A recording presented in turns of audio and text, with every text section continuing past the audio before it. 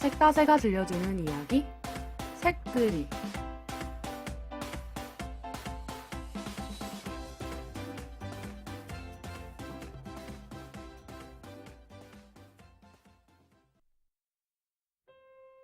안녕하세요. 책다새가 들려주는 이야기 책들이의 수학책 도움닫기 코너를 맡은 책다새 운영진 류수경입니다.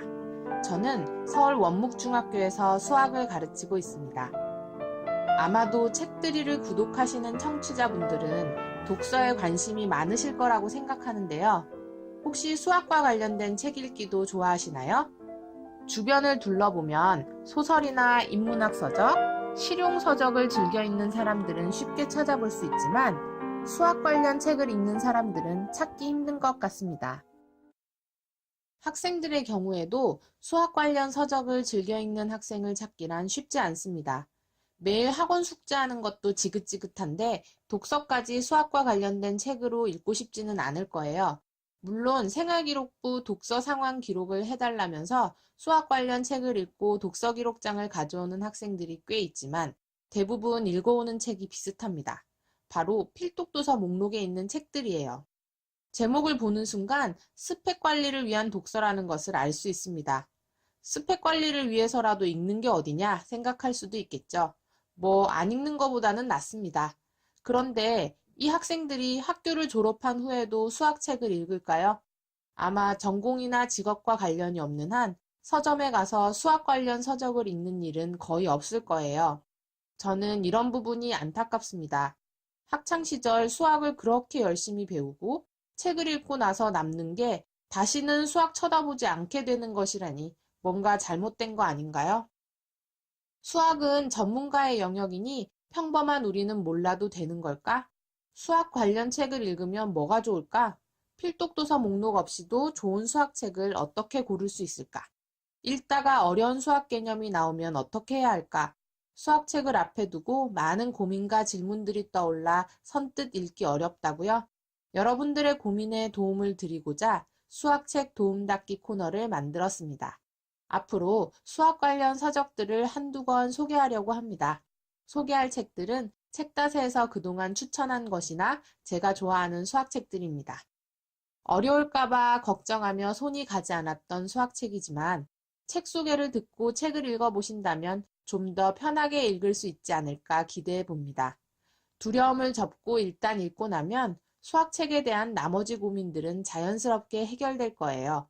수학교사라는 직업 때문이 아니라 수학을 사랑하고 책을 사랑하는 사람으로서 일단 맛들이면 소설 읽기만큼 흥미진진한 시간이 될 거라고 생각합니다.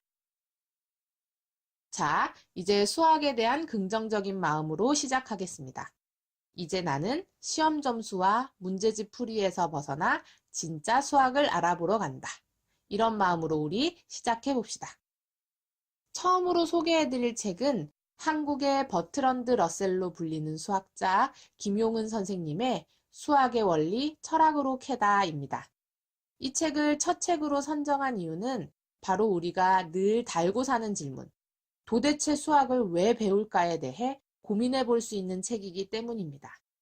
이 질문 한번 안 해본 사람은 아마 없을 거예요. 도대체 수학을 왜 배울까? 서문을 읽어보면 저자의 대답이 나옵니다. 수학을 왜 배우는가에 대한 정답은 철학의 뿌리에서 핀 꽂히기 때문이라고 생각한다. 그렇다면 철학은 무엇인가? 라는 물음이 또 생긴다. 철학이란 정확하게 생각하는 것이다. 생각하는 것은 곧 창조력이며 그것 없이는 문화도 있을 수 없다. 수학은 철학의 뿌리에서 핀 꽃이라는 말이 참 인상 깊게 다가옵니다. 이 말은 우리가 아는 수학자들의 이름을 떠올려 보면 잘 알 수 있습니다. 학생들에게 아는 수학자 이름을 말해보라고 하면 이런 이름들을 댑니다. 피타고라스, 아르키메데스, 아리스토텔레스, 플라톤, 탈레스. 그리고는 이렇게 말합니다. 이 사람들 철학자인데? 네, 맞습니다. 이들은 그리스의 유명한 철학자들이자 수학자입니다. 꼭 그리스뿐만이 아니라 이후에도 계속 수학자와 철학자가 겹치는 경우가 많습니다. 데카르트나 라이프니츠, 러셀 같은 수학자들이 그렇죠. 이들이 천재라서 투잡을 띈 건 아닙니다. 저자의 말대로 수학이 철학을 바탕으로 발전한 학문이기 때문입니다. 그래서 이 책은 역사적으로 유명한 철학자들을 중심으로 철학의 흐름을 보여주고 이 속에서 나온 여러 사상들이 어떻게 수학을 성장시켰는지를 보여줍니다. 작도와 동치율에 대해 이야기한 탈레스, 수의 원리를 만든 자연 철학자들, 황금비와 무리수를 발견한 피타고라스, 기하학을 집대성한 유클리드, 대수학과 해석기하학을 탄생시킨 데카르트 등 우리가 학창시절에 배운 수학의 뿌리가 어디인지 찾아보는 것이죠. 수학도 머리 아픈데 철학까지 이야기한다니 읽기도 전에 머리가 아프다고 생각할 수 있습니다. 저자도 같은 생각을 한 것 같습니다. 그래서 저자는 소설 형식으로 책을 썼습니다.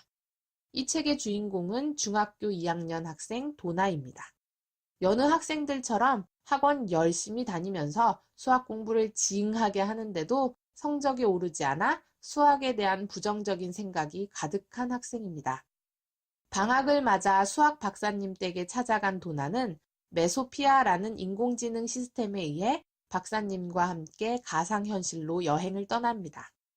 바로 철학자들을 찾아가는 여행입니다. 그 철학자가 살았던 시대와 관련된 정보를 가지고 3D 영상으로 재현한 가상현실로 들어가는 것이죠. 오늘은 라이프니츠, 내일은 탈레스 이런 식으로 가상현실 속 철학자를 찾아가 그들과 대화를 나누며 수학의 뿌리를 찾아가고 철학의 중요성을 알아갑니다. 아주 단순하고 흔한 구성의 소설이지만 철학자가 살고 있는 시대를 보여주는 장면을 통해 당시의 시대적 상황이 철학 사상에 어떤 영향을 주었는지 함께 알아볼 수 있습니다.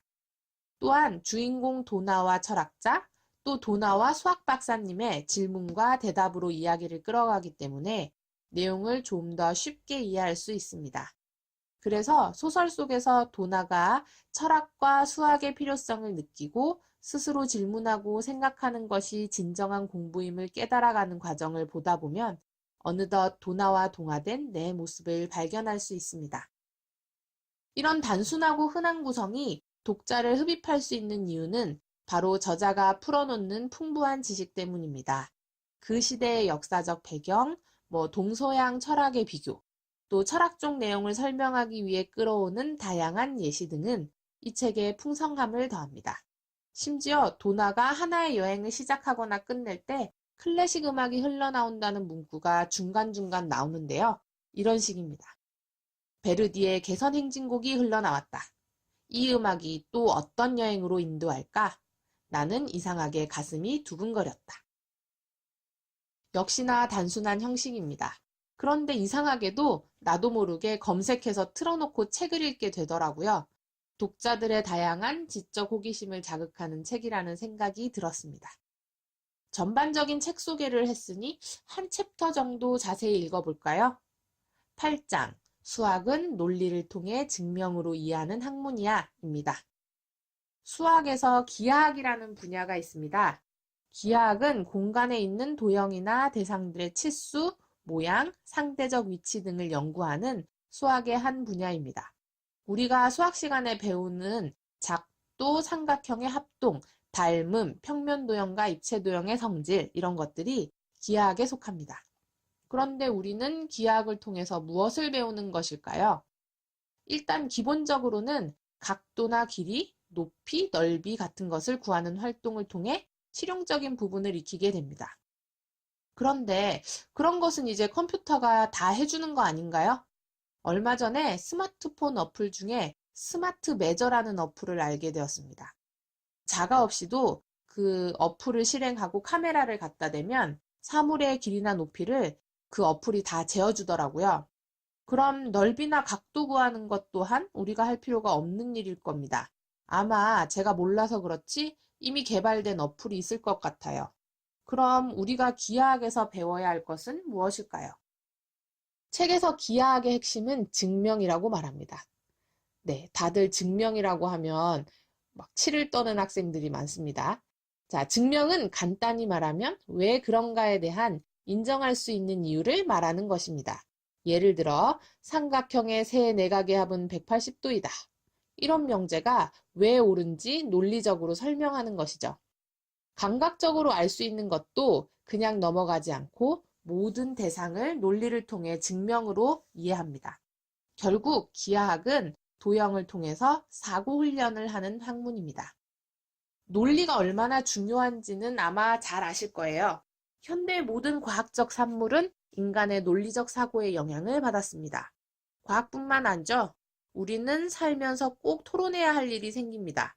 다른 사람을 설득할 때 꼭 필요한 것이 바로 논리입니다. 그래서 학교 선생님들이 자꾸 증명을 중요하다고 하는 것입니다. 길이나 각도를 구하는 문제풀이보다 왜 그런가에 대한 논리적인 이유를 생각하고 다른 친구들과 토론해보는 연습을 하는 것. 그것이 사실 진짜 수학 공부라는 것을 이 장을 통해 알 수 있습니다. 이제 책을 직접 한번 읽어보세요. 가장 걱정되는 부분이 바로 수학 개념이 어렵지 않을까 하는 것일 텐데요. 중학교 3학년 수준이면 거의 다 이해할 수 있는 개념입니다. 물론 이해가 가지 않는 부분이 있을 수 있을 거예요. 배운 지 오래되어서 까먹었을 수도 있고 원래 배울 때부터 이해가 가지 않았던 개념이 있을 수도 있습니다. 하지만 이 책은 개념을 익히는 것보다 그 개념들의 의미를 이해하는 것이 더 중요하니까 이해가 가지 않는다고 걱정하실 필요는 없습니다. 이것이 어떤 의미가 있는지를 더 고민하면서 읽으면 좋을 것 같아요. 사실 이 책에서 쉽지 않은 부분은 철학적인 부분입니다. 방대한 철학의 역사를 한 권의 책에서 상세히 표현할 수는 없었겠죠. 그래서 이 책은 꼭꼭 씹어가며 읽기를 권합니다. 내가 도나라고 생각하고 철학자들과 직접 대화한다고 생각하면서 읽다가 이해가 가지 않는 부분은 잠시 멈추고 생각해보는 것이죠. 그때그때 떠오르는 질문들을 메모해보는 것도 좋은 방법인 것 같습니다. 혹시 꼭꼭 씹어 읽기가 어려운 분들은 빠르게 한번 읽고 다시 한번 더 보는 것도 좋습니다. 저는 이 책을 3번 읽었는데요. 읽을 때마다 새롭게 깨달아지는 것들이 있더라고요. 그러다 보니 뒤로 갈수록 자연스럽게 꼭꼭 씹어 읽기가 되는 것 같았습니다. 책 속에 나오는 클래식을 틀어놓고 읽는 것도 재밌습니다. 제목이 생소해서 그렇지 찾아보면 다 어디서 들었던 음악들이라 어렵지 않고 소설의 내용에 감정이입하기에도 좋은 것 같아요. 철학적인 얘기가 많으니까 누군가와 같이 읽고 토론해보는 것도 좋겠죠. 하지만 그런 친구를 만나는 것이 쉽지 않다면 저희 채널에 댓글을 달아서 서로 소통해보는 것도 좋을 것 같습니다. 이것으로 첫 번째 책 수학의 원리, 철학으로 캐다에 대한 이야기를 마치겠습니다. 수학 독서의 세계로 한번 뛰어들어 보고 싶은 생각이 드시나요? 이 코너가 여러분들에게 도움닫기 역할을 할 수 있길 바라며 첫 시간을 마무리합니다. 다음 시간에 또 뵙겠습니다. 안녕히 계세요.